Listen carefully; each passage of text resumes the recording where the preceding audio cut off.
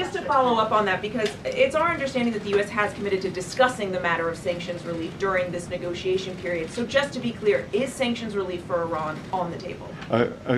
Again, it is a multifaceted agreement, and nothing is going to be on the table until we see the Strait of Hormuz open and the Iranians agree that they have to turn over the highly enriched uranium, and that they can't have a nuclear program.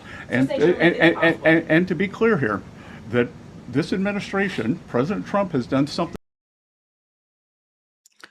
تو سوال یہ ہوتا ہے کہ کیا ایران کے اوپر سے سینکشنز ہٹا دی جائیں گی؟ تو وہ آگے سے یہ نہیں کہتا کہ سینکشنز نہیں ہٹائی جائیں گی. اب یہ سوچیں کہ ایران نے کتنا تگڑا اس جنگ میں کردار ادا کیا ہے، کتنی تگڑی فتح حاصل کی ہے کہ امریکہ جو تکبر اور غرور سے بھرا بیٹھا تھا، وہ اب یہ نہیں کہہ رہا کہ کسی صورت یہ نہیں ہوگا، یوں نہیں ہوگا.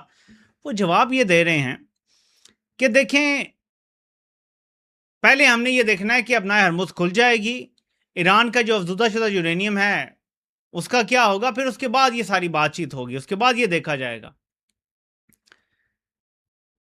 وچ مینس کہ یہ سب کچھ ٹیبل پر ہے. لیکن جو لوگ اس کو تنقیدی نظر سے دیکھ رہے ہیں وہ کہہ رہے ہیں کہ کچھ ایسے لوازمات ہیں اور کچھ ایسی دونوں طرف سے باتیں ہیں جو دونوں کے لیے قبول کرنا ناممکن ہے. اور ایران اتنا بچہ تو ہے نہیں کہ سب کچھ کھول دے گا، اپنی لیوریج چھوڑ دے گا اور اس کے بعد جب سب کچھ حوالے کر دے گا تو ادھر سے امریکہ کہے گا جی ہم تو نہیں سینکشن ہٹاتے، ہم تو نہیں تمہارا پیسہ دیتے تمہیں، ہم تو تمہاری کوئی بات ماننے کے لیے تیار نہیں ہے. تو پھر کیا ہوگا؟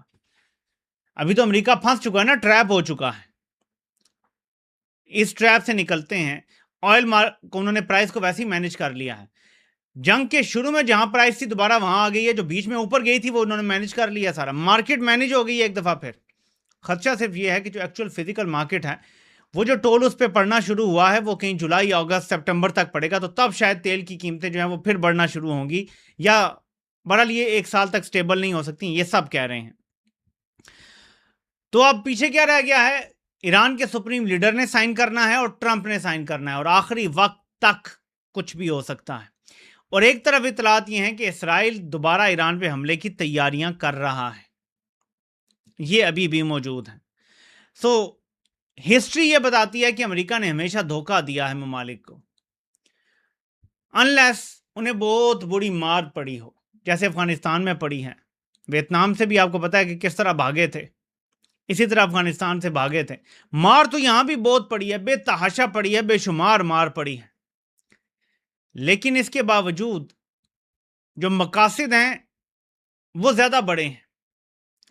ایک ملک کی توسیع کا خواب اور عزائم زیادہ بڑے ہیں، اور اس کو پورا کرنے کے لیے ظاہر ہے کہ یہ نہیں دیکھا جائے گا ہمارا نقصان کتنا ہو رہا ہے. ویتنام جنگ کا مقصد کچھ اور تھا، افغانستان جنگ کا مقصد کچھ اور تھا، یہاں تو مقصد ہی کچھ اور ہے.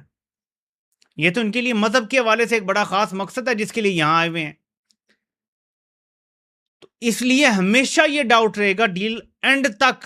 لیکن پاکستان کے حوالے سے یہ کہا جا رہا ہے کہ پاکستان نے آخر وقت تک یہ کوشش جاری رکھی ہوئی ہے کہ یورینیم اگر ایران امریکہ کے حوالے نہیں کرنا چاہتا تو پھر کوئی تیسرے ملک کو کہیں ڈال کے کوئی گارنٹی عالمی اداروں کی نگرانی میں وہاں چلا جائے یورینیم. یہ باتیں آ رہی ہیں.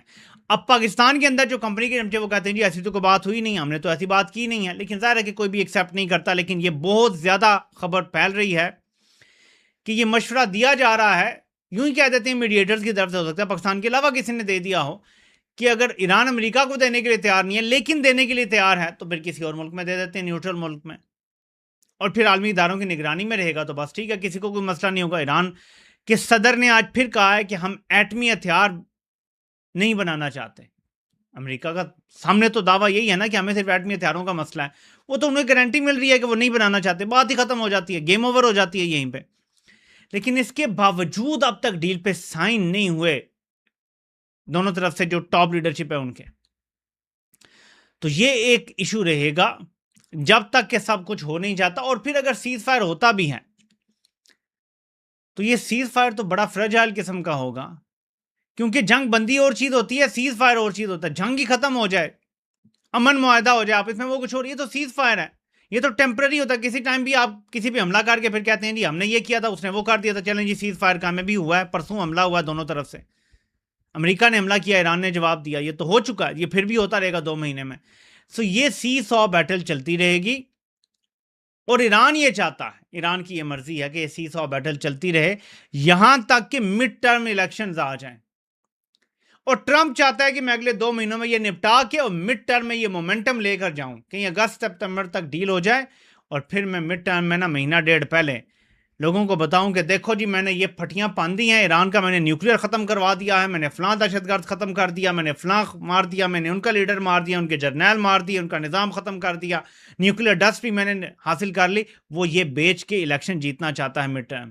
بہت سارے سٹیکس ہیں جو ہائی ہیں، اور دیکھنا یہ ہے کہ کیا ڈیولپمنٹ ہوتی ہے اس حوالے سے. میں تھوڑی سی بات کرنا چاہتا ہوں جو پاکستان کے اندر اس ٹائم صورتحال نظر آ رہی ہے. ایک کسی نے شیئر کیا ایک ڈاکیومنٹ، اب مجھے یہ سمجھ نہیں آ رہی کہ اصلی یعنی اس لیے میں ڈاکیومنٹ تو نہیں شیئر کروں گا، لیکن کہا جا رہا ہے کہ پاکستان نے مبینہ طور پہ رپورٹڈلی مزید 2 سال کے لیے لابنگ کے لیے پیسوں کی ڈیل کر لی ہے امریکہ میں. کہا جا رہا ہے کہ $50,000 پیمنٹ جو ہے وہ دی گئی ہے، اور اس کے علاوہ یہ ایک بڑا ڈاکیومنٹ ہے، 3 حصے ہیں اس کے، کافی زیادہ اس پہ لکھا ہوا ہے. کرٹیکل منرلز کے حوالے سے، promotion of trade and investment. اب اللہ جانے پہلے والا ڈاکیومنٹ ہے جس پہ کسی نے تاریخ تبدیل کر دی ہے، کیونکہ آپ کو پتہ ہے آج کل AI کا دور ہے. میں اس لیے زیادہ جو ہے وہ دھیان دیتا ہوں کہ یہ ابھی ڈاکیومنٹ کسی نے شیئر کیا تو میں اس لیے آپ کے ساتھ شیئر نہیں کرنا چاہتا. لیکن یہ بات تو کنفرم ہے، امریکہ میں فارا کی ویب سائٹ پہ موجود ہے کہ انہوں نے لابنگ فرمز ہائر کی ہوئی تھیں اور اس کے ذریعے انہوں نے ٹرمپ تک ایکسس حاصل کی ہے. لیکن پھر وہی بات آ جاتی ہے، سوال وہی آ جاتا ہے کہ کیا ٹرمپ پاگل ہے یا انڈیا کے پاس پیسوں کی کمی ہے اور ہمارے پاس زیادہ ہے؟ سوچیں نہ ذرا، کیا لابنگ کے لیے ہم زیادہ ڈالر لگا سکتے ہیں اور انڈیا کم لگائے گا؟ وہ تو زیادہ لگاتا ہے ہم سے ہمیشہ. یہ وجہ نہیں ہے. ہم اصل مدے کو بھول جاتے ہیں اور جی لابنگ کے لیے فرم ہائر کر لی تو بس جی ٹرمپ کو رام کر لیا. نو نو نو نو، ایسے نہیں ہے. لابنگ کے لیے فرم ہائر کی تو بتایا کیا، یہ امپورٹنٹ ہے. انڈیا کیا دے سکتا ہے؟ پاکستان دے سکتا ہے ابراہم اکارڈز. پاکستان دے سکتا ہے اس خطے میں بہت سارے امریکی مفادات کو تحفظ. پاکستان چین سے دوری اختیار کر کے چین کے بیلٹ اینڈ روڈ انیشیٹو کو بھی کمزور کر سکتا ہے جو انہوں نے کیا ہے. اور ایسا بہت کچھ ہے جو پاکستان دے سکتا ہے. اصل یہ وجہ ہے. لابنگ شاپنگ تو چلو اپنی جگہ، لیکن چلیں یہ سارے مدے پہنچانے کے لیے لابنگ یوز کی گئی ہوگی، لیکن وجہ لابنگ نہیں ہے. وجہ یہ ہے کہ یہ دینے کے لیے کیا تیار ہیں. یہ ہے اصل وجہ. سی پیک جتنا ان 4 سالوں میں سلو ہوا ہے، جب سے شروع ہوا ہے کبھی اتنا سلو نہیں ہوا. شاید کووڈ کے دوران آخری بار ایسے سلو ہوا تھا جیسے اب تقریباً ٹھپ کر دیا گیا، بند کر دیا گیا. جو کاروبار ہو بھی رہے تھے وہ بھی بند ہو گئے ہیں اس کے تحت. تو امریکہ ایسی رجیم کو تو پسند کرے گا نا، فیورٹ ہوگی جو چین سے دوری اختیار کرے. چین کے معاملات میں جو مالی لین دین ہے اس میں بھی تھوڑا سا دوری اختیار کرے، سارے پروجیکٹ سے دوری اختیار کرے، تو وہ رجیم بڑی پسندیدہ رجیم ہو جائے گی. ٹرمپ فیورٹ ویسے نہیں کہتا. ٹرمپ کا فیورٹ بننے کے لیے آپ کو چین سے دوری اختیار کرنی پڑتی ہے. ٹرمپ نے اپنی پہلی ٹرم میں بھی روس کے ساتھ دشمنی نہیں کی تھی، ابھی بھی نہیں کرتا. وہ چین کے ساتھ ہی لگا ہوا ہے. تب بھی اس نے ٹریڈ وار شروع کر دی تھی، اب پھر اس نے ٹریڈ وار شروع کی ہوئی ہے چین کے ساتھ. تو ٹرمپ کا ٹارگٹ چین ہے، اور یہ رجیم ڈیلیور کر کے دے رہی ہے چین کے حوالے سے. کیا کیا ڈیلیور کر رہی ہیں ہم یہ اللہ بہتر جانتا ہے. کس حد تک اس ملک کی جڑیں کھوکھلی کی جا رہی ہیں ابھی ہم یقین سے نہیں کہہ سکتے، لیکن some thing سینسٹر is going on here. کیونکہ ٹرمپ عرب ممالک کو زور زبردستی کہتا ہے کہ ابراہم اکارڈ جوائن کرو، اور کہتا ہے کہ کچھ ممالک کو ہم پاس دے دیں گے. یہ اتنی سادہ بات نہیں ہے، اس پہ بڑی گہرائی سے سوچنے کی ضرورت ہے پوری قوم کو، اور سب کو اس پہ سوچنا چاہیے. میں امید کرتا ہوں کہ آپ سب کی عید اچھی گزر رہی ہوگی. سب کی قربانی جس نے دی ہے اس کی قربانی اللہ پاک قبول فرمائیں. جو نہیں کر سکے ان کو اللہ تعالیٰ توفیق عطا فرمائیں. ہم سب کی پریشانیاں دور کریں. یہ ایسے دن ہیں جس میں ابراہیم علیہ السلام کی اور حضرت اسماعیل علیہ السلام کی قربانی یاد آتی ہے، اور اللہ سے دعا کرنی چاہیے سب لوگوں کے لیے، خاص طور پہ جو مشکل میں ہوتے ہیں، قرض دار جو ہوتے ہیں، جو بے گناہ قیدی ہیں. خاص طور پہ ان لوگوں کے لیے دعا کریں. اللہ پاک دعائیں قبول فرمانے والے ہیں. آپ سے انشاءاللہ کل پاکستان ٹائم دن کو 3 بجے پھر ملاقات ہوتی ہے. اللہ پاک آپ سب کا حامی و ناصر ہو. آپ سب کے سننے کا بہت بہت شکریہ.